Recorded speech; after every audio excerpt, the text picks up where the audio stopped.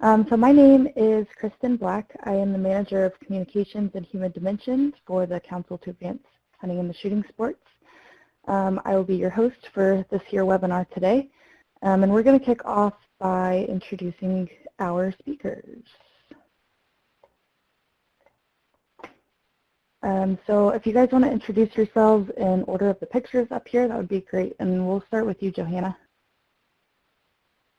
Hello, everyone. Good afternoon. My name is Johanna Dart. I am the R3 coordinator in Ohio. My position is a partnership between the National Wild Turkey Federation and the Ohio Department of Natural Resources in the Division of Wildlife. Hi, I'm Jen Benedet. Oh, sorry. I'm Jen Benedet. I'm the R3 coordinator for the California Department of Fish and Wildlife.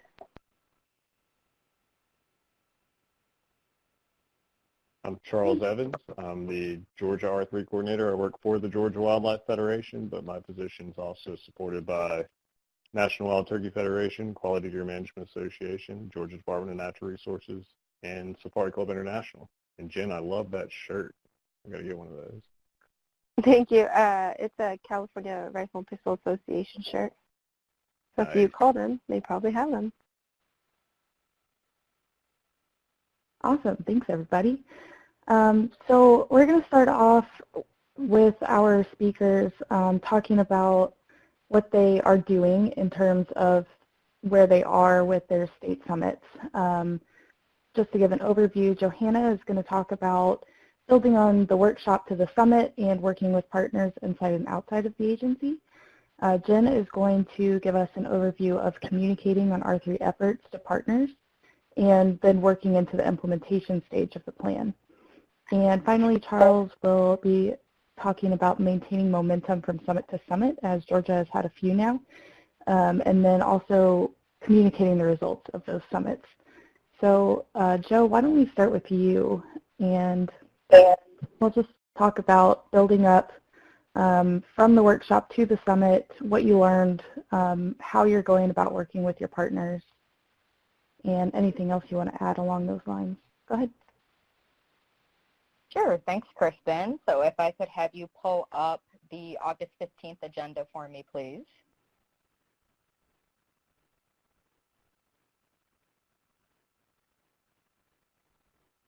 So here in Ohio, we decided to start with an internal workshop. It was held August 15th of last year. And the thought was to get all of our internal staff on the same page first before we started approaching our external partners. So we had the Council to Advance Hunting and the Shooting Sports and Wildlife Management Institute come into our state. And you can see from the agenda, we planned an all-day event.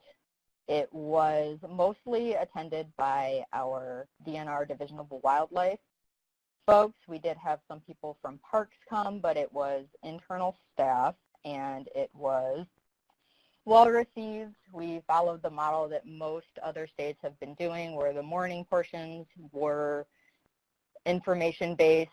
So Matt Dunphy delivered the State of the Union part. I gave some information on our license sales with Andy Burt and talked about our current R3 efforts that the division was offering. We talked about our desired outcomes, the ORAM, and mapping. And then after lunch, we released some of our staff and kept some of our core Division of Wildlife staff with us for the rapid analysis, where we went over our gaps, opportunities, and roles, reviewed it together, and had some open dialogue time. So if I could have you pull the next agenda for me, Kristen, from January 30th.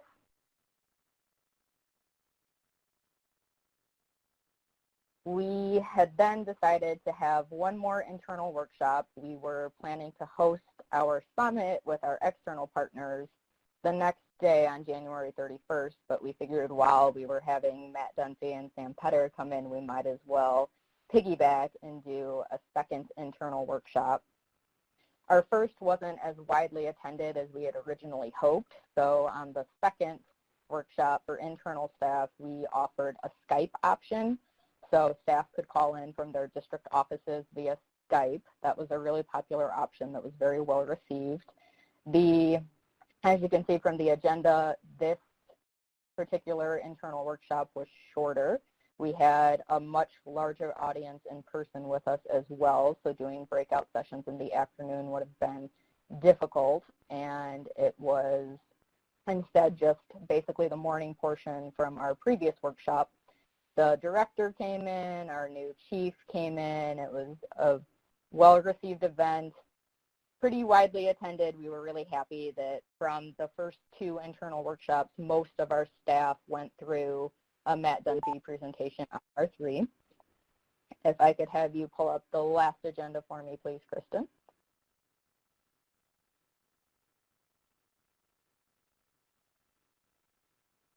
Thank you. And the day after our internal workshop on the 30th, we had our first Ohio R3 Summit. This, as you can see, went all day. It was very similar to the first workshop back from August the 15th. But our invitation list had a mix of conservation clubs, retailers, and NGOs. I think something that was really essential for us in hosting the summit was some of the afternoon content. We did a snow karting exercise and had time to squeeze in a breakout session that was really valuable for me personally in attempting to write our draft of our state strategic plan. In working with partners within and outside of our organization, I have been working with them differently, for sure. Working with our internal staff and working with our external partners is different. Our internal partnerships are in the process. We're looking at forming some relationships between our divisions. So we're in the process of developing a partnership with Parks, for example. Our external partners, it's been mostly offering support as needed, and their needs do differ. So we've been looking at different ways to communicate with our partners and what they're asking for.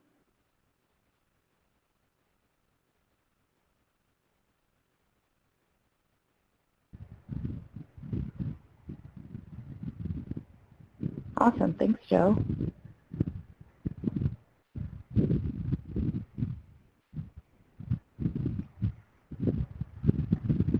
Can y'all still hear me?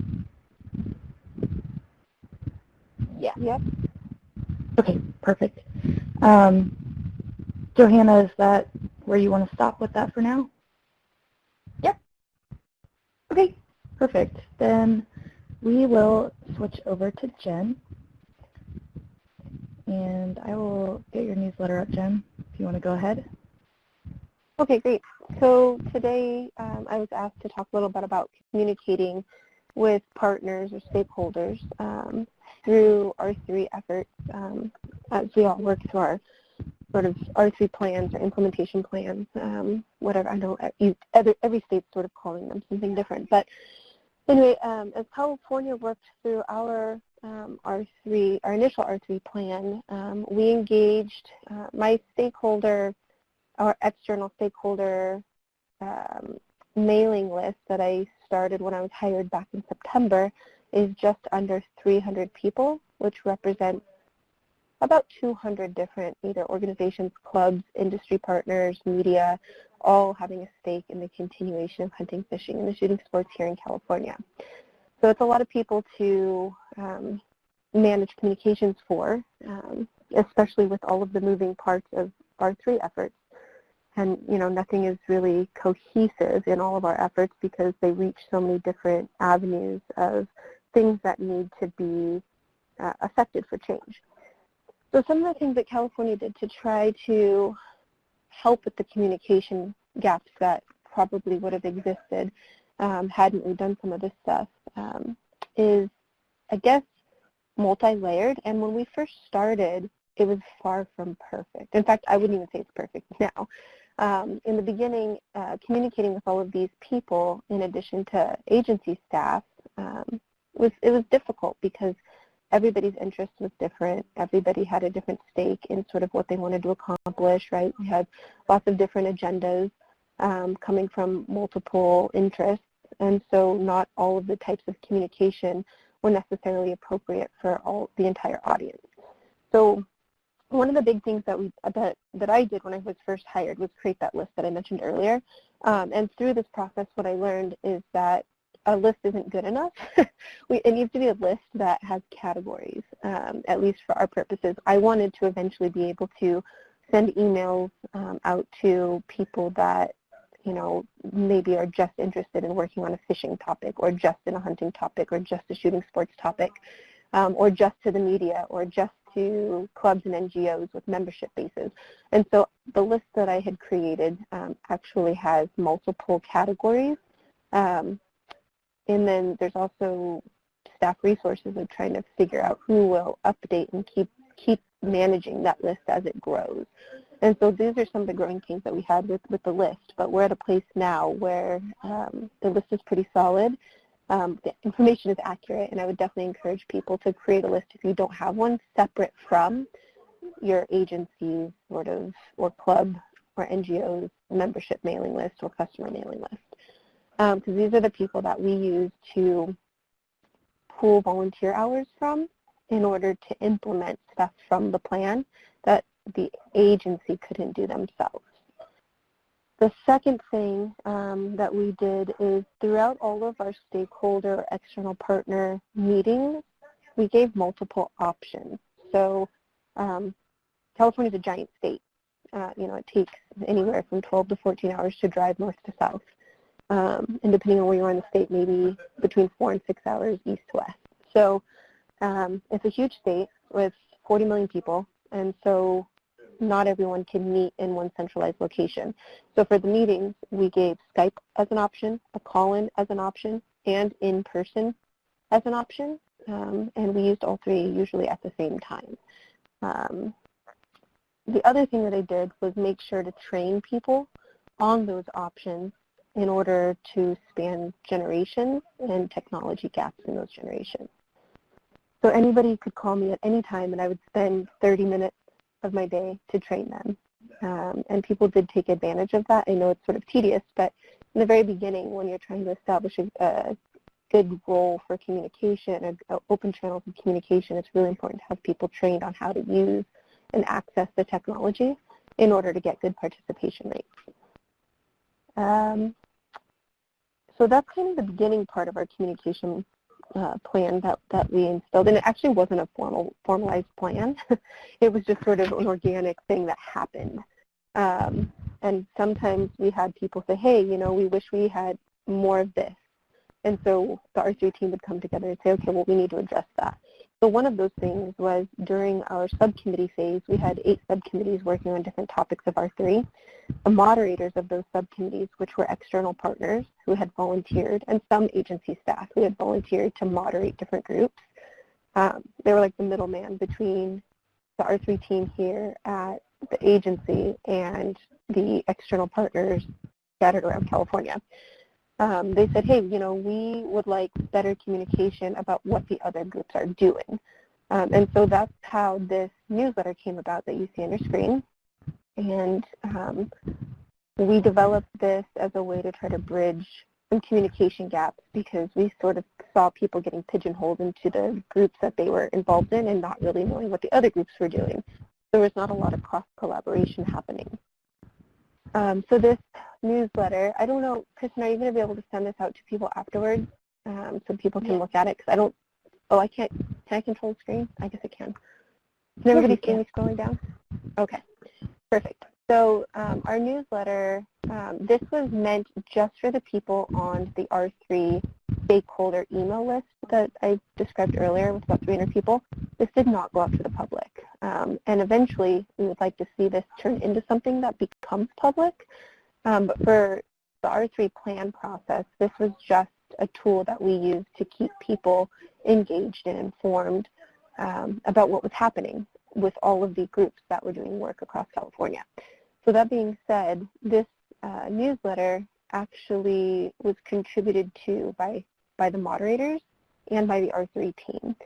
So the first couple of pages were just updates from our agency, things that we were doing not involving subcommittees or external partners.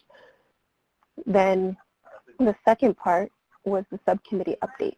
So those 8 groups that we had working through different issues that were on our R3 plan, the moderators were asked about a week before we put the newsletter together for 2 main bullet points of what they had worked on between now and the last month that we did the newsletter.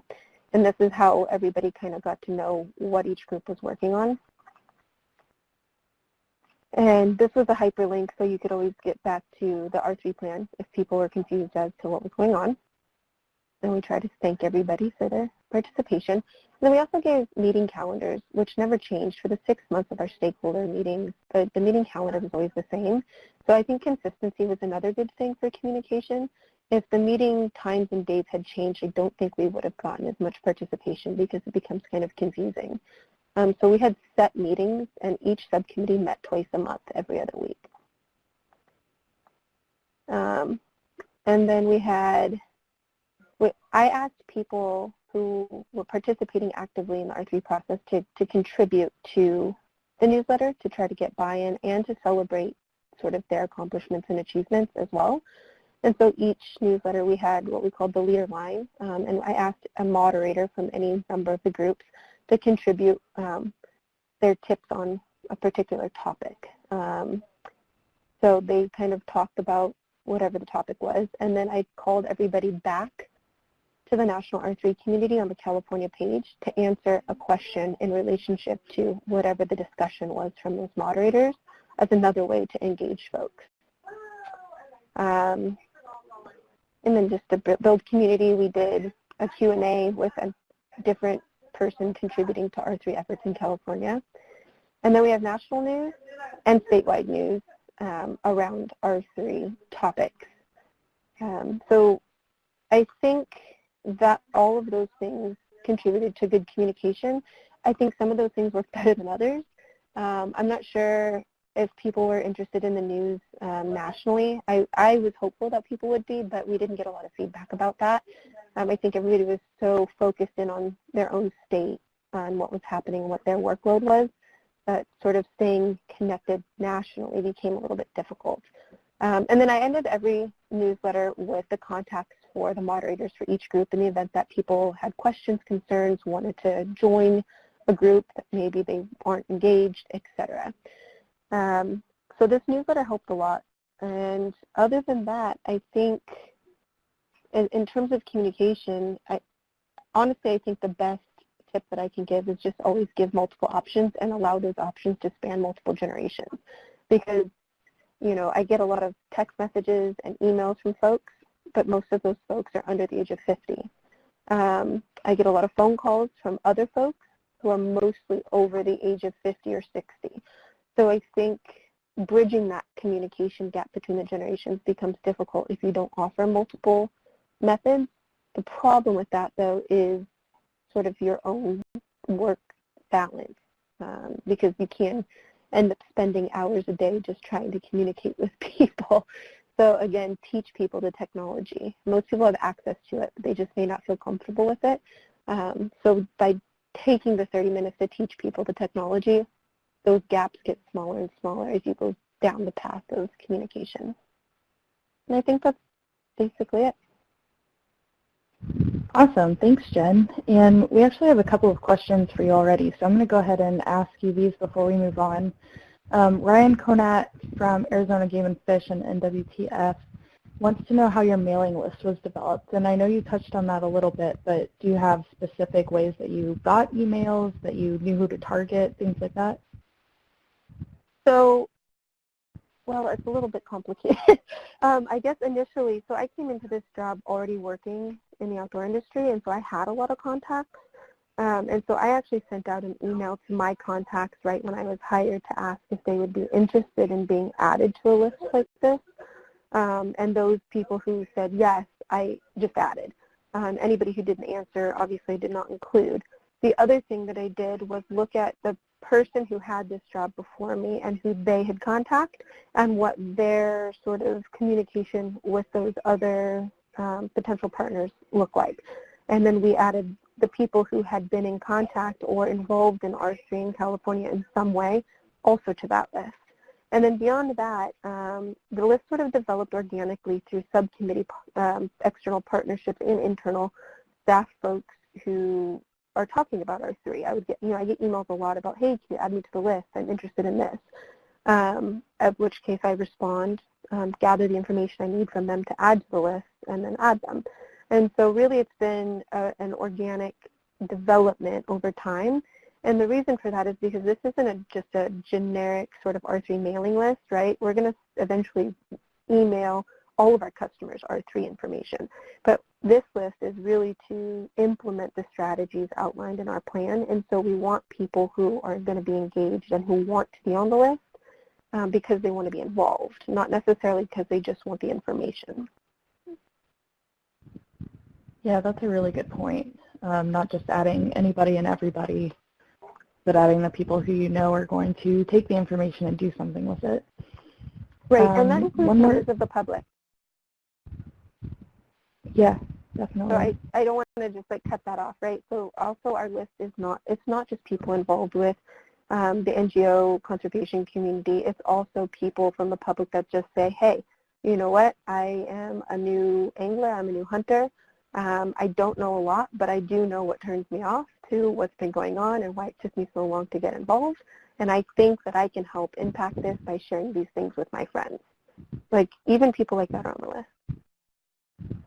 Yeah, that's a good point. And I see that you have Nick Fasciano listed there under adult onset, and he was one of those people who was teaching himself and just wanted to be involved. So it does happen. It might seem like it never happens, but it definitely does. So that's a really good point. One more question before we move on to Charles. Tom Ryle asked, what types of activities were internal versus those taken on by partners? So, Tom, do you mean from the R3 plan, what's coming out of our R3 plan, or do you mean in terms of communication?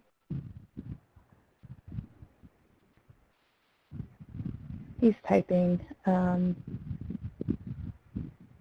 Both. He says both, actually, yeah. So for communication, you know, because the R3 plan for California was developed into 4 stages, we had 4 priority tasks that we asked groups to complete so we don't repeat bad habits and sort of old failed attempts over and over.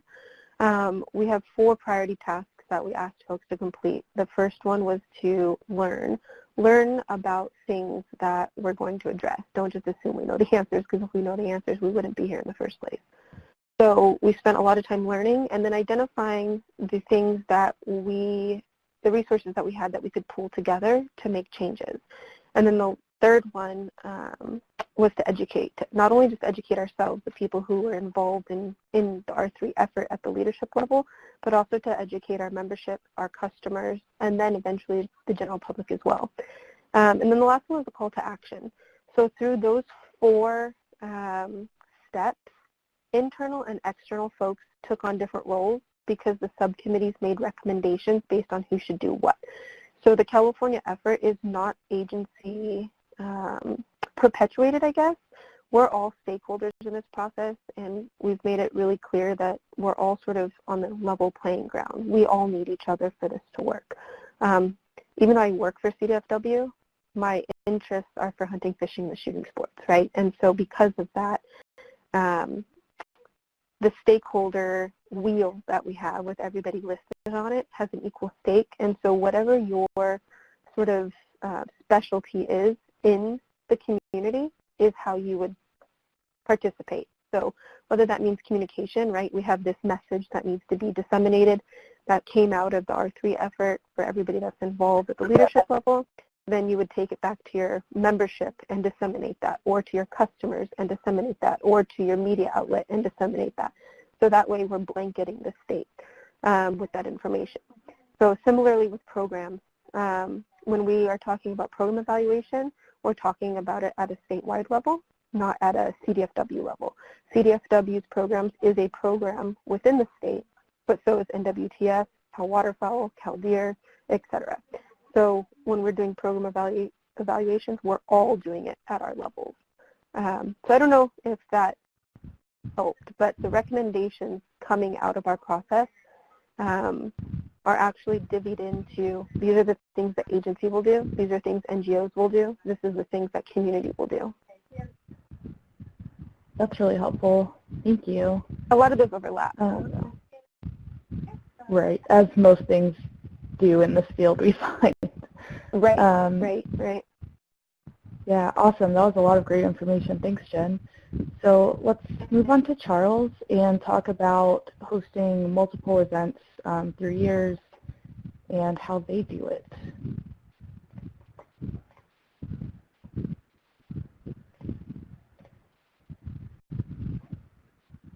Charles? Thanks, Kristen. So Kristen asked me to talk about maintaining momentum between summits and how we've gone about making sure that we're moving forward and having different content for each summit and keeping stakeholders engaged.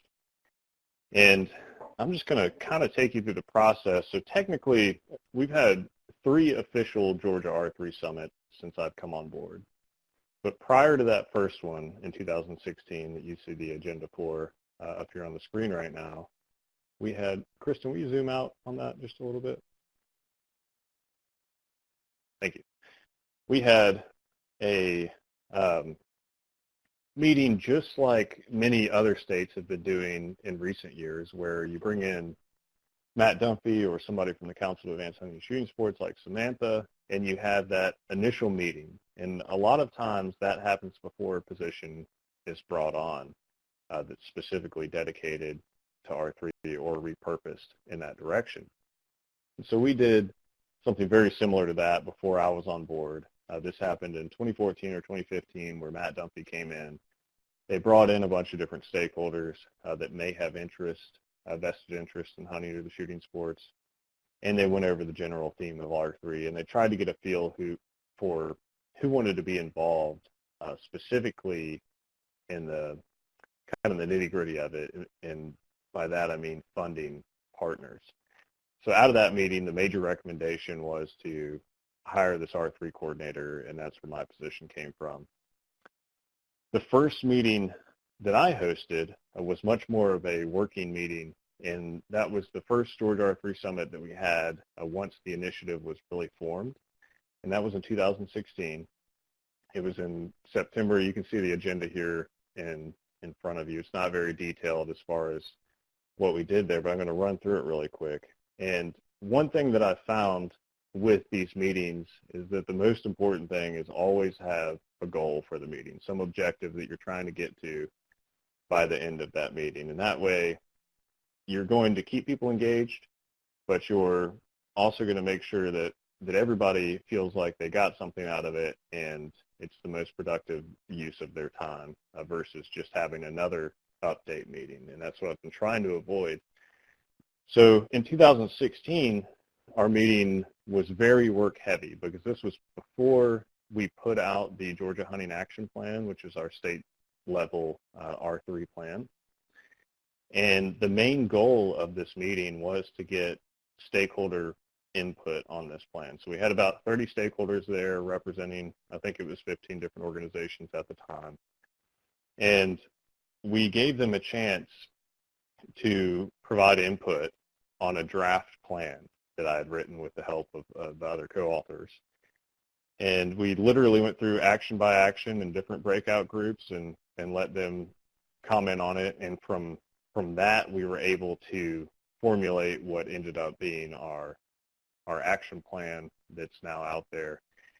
And the idea was we wanted a consensus plan. We wanted something that everybody was bought into, so it wasn't just going to be prescriptive and sit on a shelf. So that was the goal of that first meeting. We did all of the hunter adoption and R3 mapping, but the purpose of the R3 mapping, rather than an inventory, it turns out was much more just to show people what R3 actually was. The mapping process going through the ORAM really helps people that have not been exposed to R3 before or don't have a great understanding of it, understand it better and break down that process and see what is an R3 program and what is not an R3 program. So we got out of that meeting, finalized the plan, and moving into the next meeting in 2017, we had to figure out what our goal was going to be for that. And at this point, it was much more about implementation. You know, we had our plan. We'd been working on it. These committees had been formulated out of the previous meeting. That's how we decided to carry out the implementation. So we had 5 different committees, and they were all working on different actions in that plan, and of course I was working on them, and various stakeholders were working on individual actions as well. So the goal for the 2017 summit, which again happened in September, a year later, was to not only your general update of stakeholders, but the main goal there was to evaluate our progress so we could update our plan, because we knew that 2016 version, that was the first state level one to come out, and so it was a little rough. We knew we needed to fine-tune it a little bit, and we just wanted to update based on the progress since we had learned a lot in that past year. So the smaller goal there was to update the plan, but then the main goal was to have committee meetings and get all of the stakeholders involved in committee meetings, not just the committee members themselves. So out of that, we had a better committee direction, and that was kind of the product, as well as the fall 2017 version of the Georgia Hunting Action Plan coming out of that 2017 R3 Summit. So moving into the third summit that we had, this is where I struggled a little bit. I knew what I wanted to do, but I wasn't sure how to do it. One thing that I had realized through working on pilot programs focusing on non-traditional audiences was, we can convince a small subset of stakeholders that these non-traditional audiences are important, and by that I mean anybody, mainly adults, that don't come from a hunting background or have grown up in a hunting community. And that's what we really needed to focus on to diversify hunting. And to do that, we were struggling.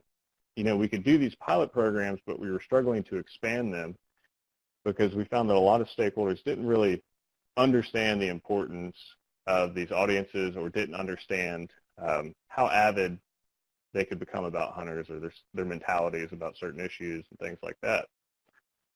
So during one of my steering committee meetings, I've got a steering committee made up of a representative from all my funding organizations, so 5 individuals that oversee me, and I have a meeting at least annually with those people. I brought in some new hunters that have come through an R3 program of some sort, so Field to Fork, the college program, whatever it might be. And the idea was that I've seen a lot of these mentors that have volunteered for some of these programs like Field to Fork change their mentality about who can be an avid hunter. And it was all due to just exposure to these audiences and seeing it with their own eyes. I can talk till I'm blue in the face, but the message is received a lot better, and it seems like it sinks in a lot more if they hear it from the source. So I brought these people into my steering committee meeting, and it worked like a charm on the steering committee. They loved hearing from the participants themselves, hearing about the struggles that they had, reading through the regulations or finding somebody to take them hunting or whatever it might be. So one of the steering committee members suggested, why don't you just do that at the summit? And that's your golden ticket to show these stakeholders, this is what we're dealing with. These are the audiences, and they thought that it would really invigorate everybody and get everybody on board. So that's exactly what we did. We had the standard updates. We had Samantha come down from the council to give a national update. The new hunting and fishing chief from the U.S. Fish and Wildlife Service gave an update. But then the main portion of this third R3 summit was this new participant panel to accomplish the goal of making sure that all of our stakeholders that have a vested interest in this understand non-traditional audiences and become excited about these potential new hunters. So we brought in participants to sit on this panel that had been through one of our R3 programs or tried to start hunting on their own. And I did a structured Q&A. I had some questions prepared for them, but it turns out I really didn't need those because the audience really engaged extremely well. And this was the main part of the meeting that was talked about afterwards. Everybody seemed really excited, really interested in what these people had to say, and I think we all learned a lot coming out of it. So that's my my main pitch on these meetings to keep them moving forward is make sure that you always have some end objective that you're trying to meet. Don't just do a meeting for the sake of having a meeting. We're actually in the process of trying to figure out what we're going to do for our 2019 meeting. And we've got some ideas, but it's always a little bit of a hurdle to figure out exactly how to keep people engaged and accomplish our goals at the same time. But that's how we've done it so far. I do want to, Kristen, if you will pull up the Georgia Hunting Action Plan. I get asked about these summits a lot. And so you can go to gwf.org/R3, and if you look on the left-hand column here, you'll see the hyperlinked plan, and you can click on it, and it should pop up. There's our current version, the fall 2017 version. If you scroll down, we've built in all of these resources into the table of contents here. So all of these appendices are hyperlinked.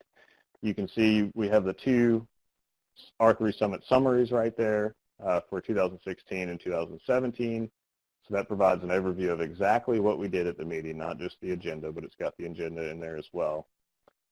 Then we have where the plan has changed, the action item updates and changes. I knew that people were going to want to know what we did to change the plan. So you can see the actions and strategies that were in 2016 on the left-hand column, how they changed, and then our updated ones on the right-hand column there. If you'll go back, we've also got, this is what I wanted to show you aside from the summaries. People often ask what our committees are up to or what they've been working on or charged with doing, and that's all here under the committee updates.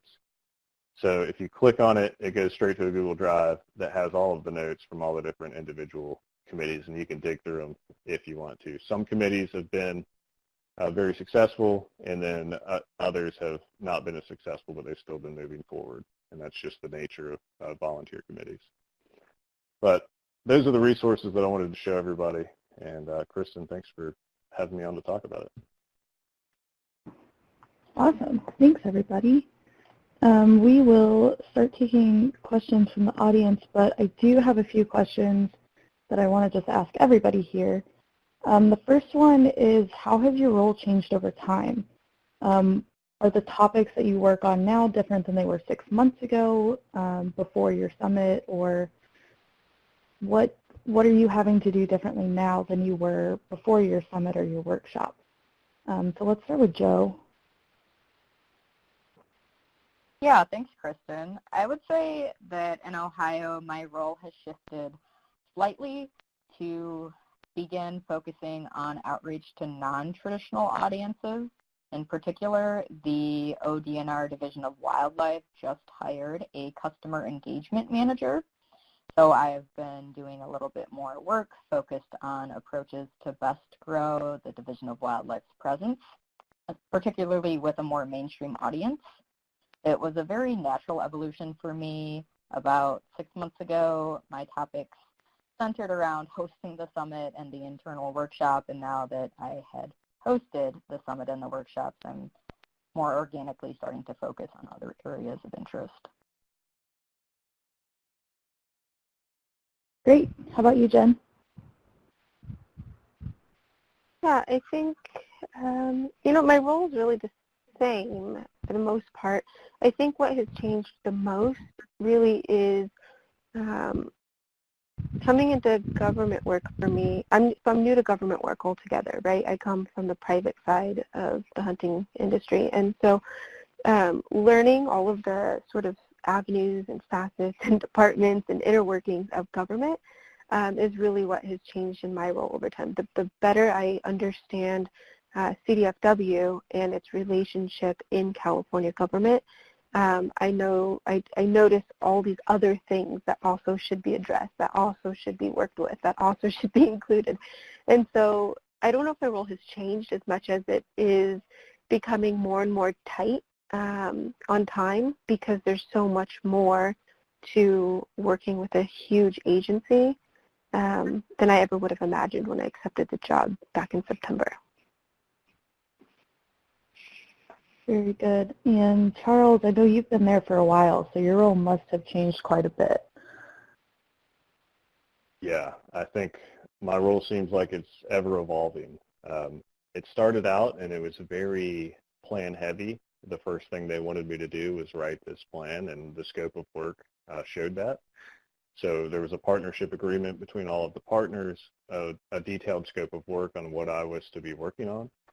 And I think the plan came together a little bit faster than we all expected it to. And so we ended up in a place where we were going to restructure the position anyways, with all of the same partners involved. But we redid the scope of work at that point. So my job has literally changed. And it's gone from more of dive in and write this plan to maintain this plan, keep it available for broad consumption and use, but then focus more on the piloting efforts and the strategy side of the equation. And so that's been going on since about April 2017, I believe. And we're actually about to change it again. I've just submitted a new proposed scope of work that would start January 2020, and we're about to redo this partnership another time here with hopefully all of the same partners involved and maybe a couple of new ones as well.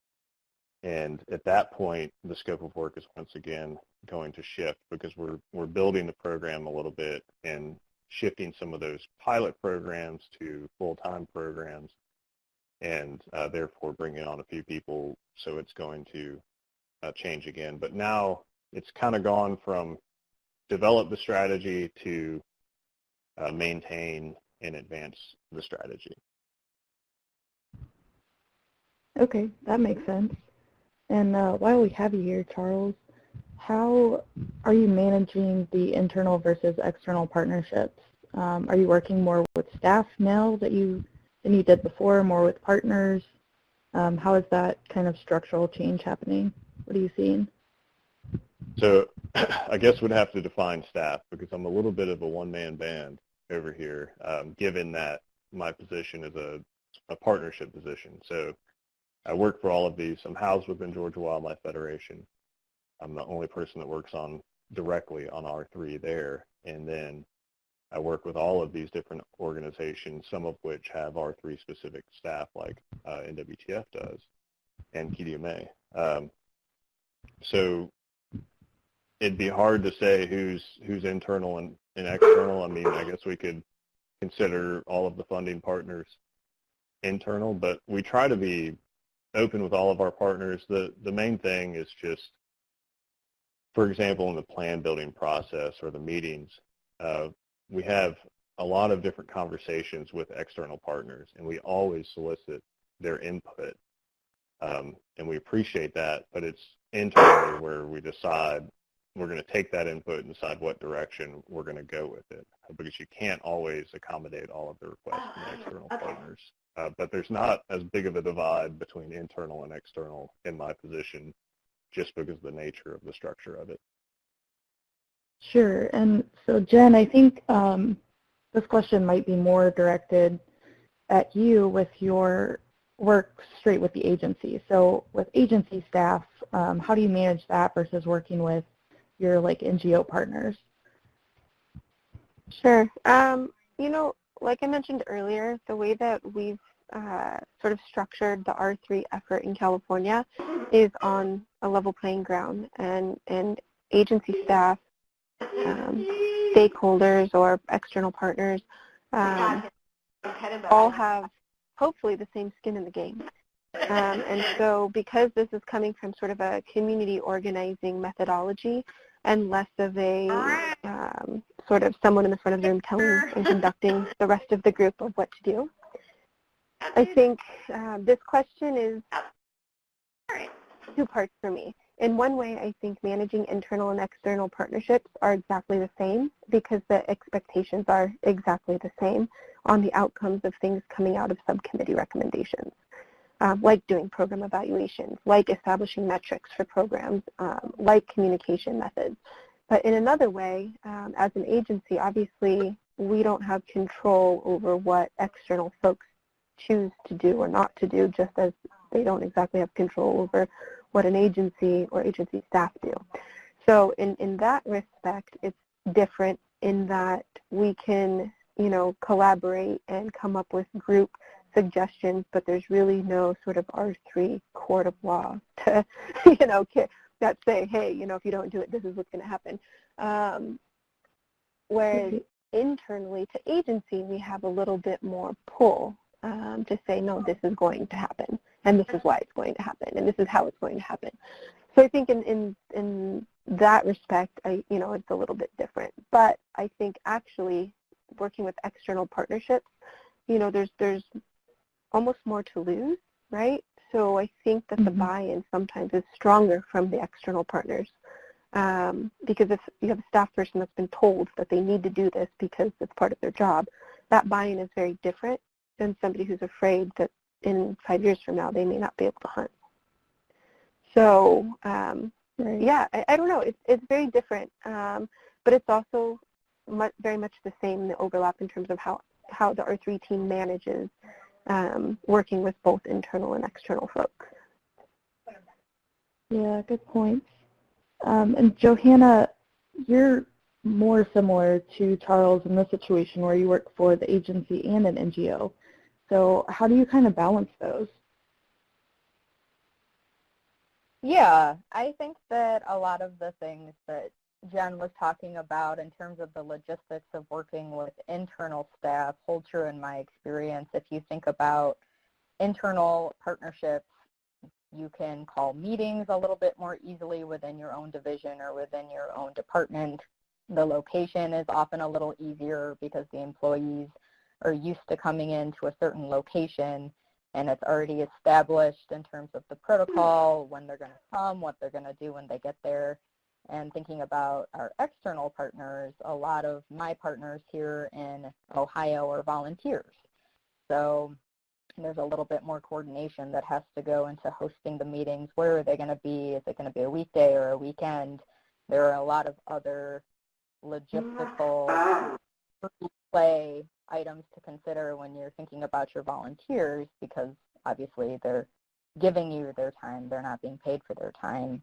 I think that's a really important thing to consider when you're looking at managing your internal versus your external partners. Of course, when you go to merge them together, there are some additional considerations as well. We are still working towards our first joint meeting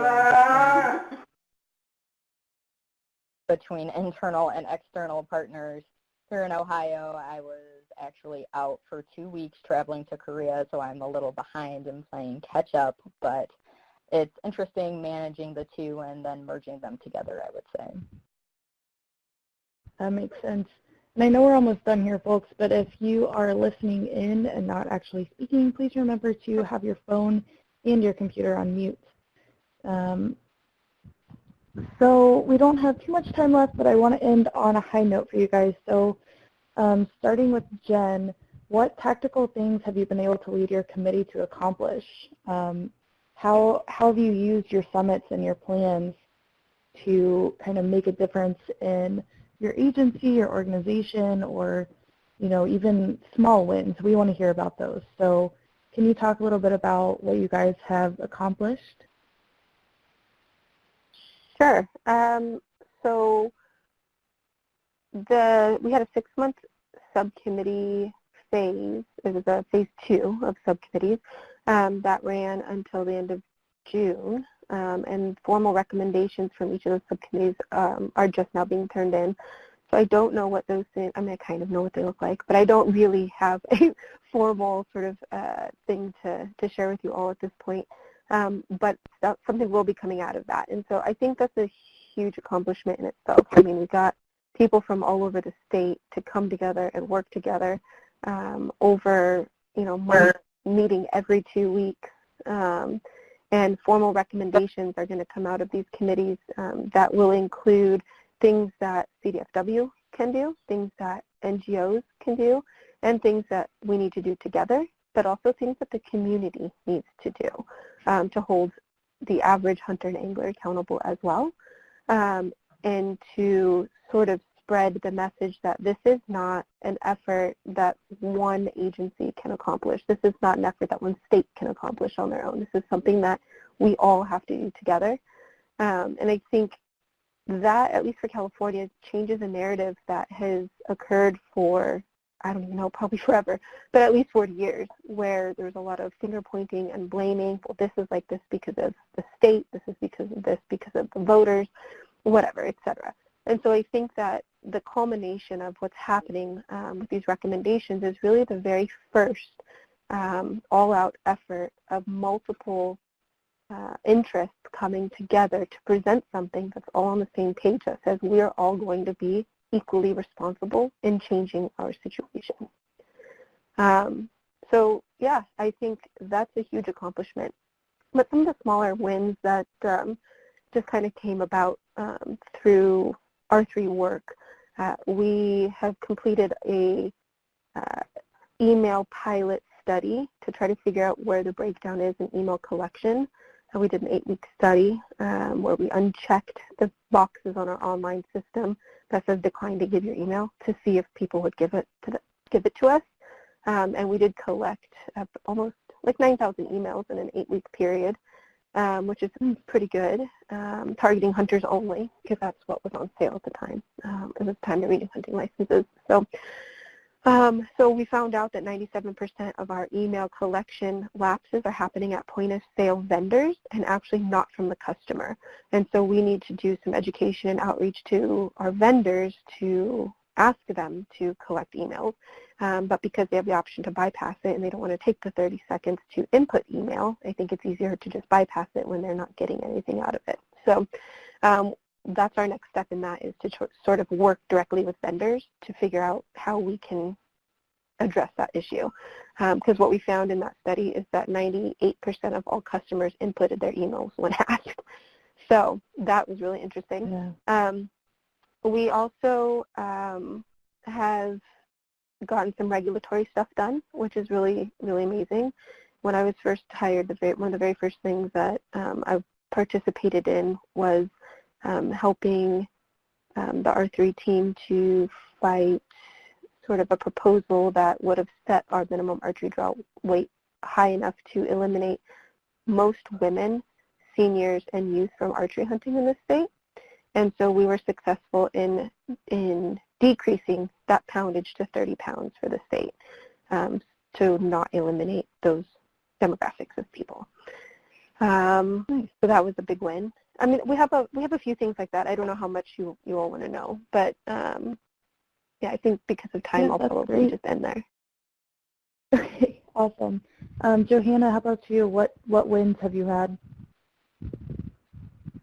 Yeah, I would say in answer to your original question, we are not far enough down the road yet to have accomplished tactical things with our committee. We are working towards that, but something I think was very valuable in terms of partners across the state of Ohio was in our first summit, we had what was called a snow carting exercise. And I'm realizing I didn't explain that very well. So for any of you that have not been visited by WMI and CAF yet, snow carting is a suggested exercise of theirs that I would highly recommend if you're looking at a best way to organize some of your players at the table.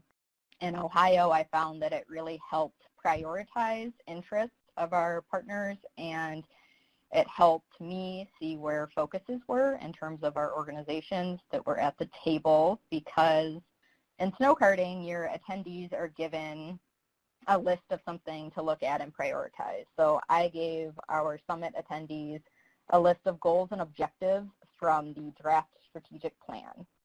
And they were then asked to rank their preferences based on that list. So each organization was given a set of color-coded Post-its. They had one color for their first choice, a color for their second choice, and a color for their third choice.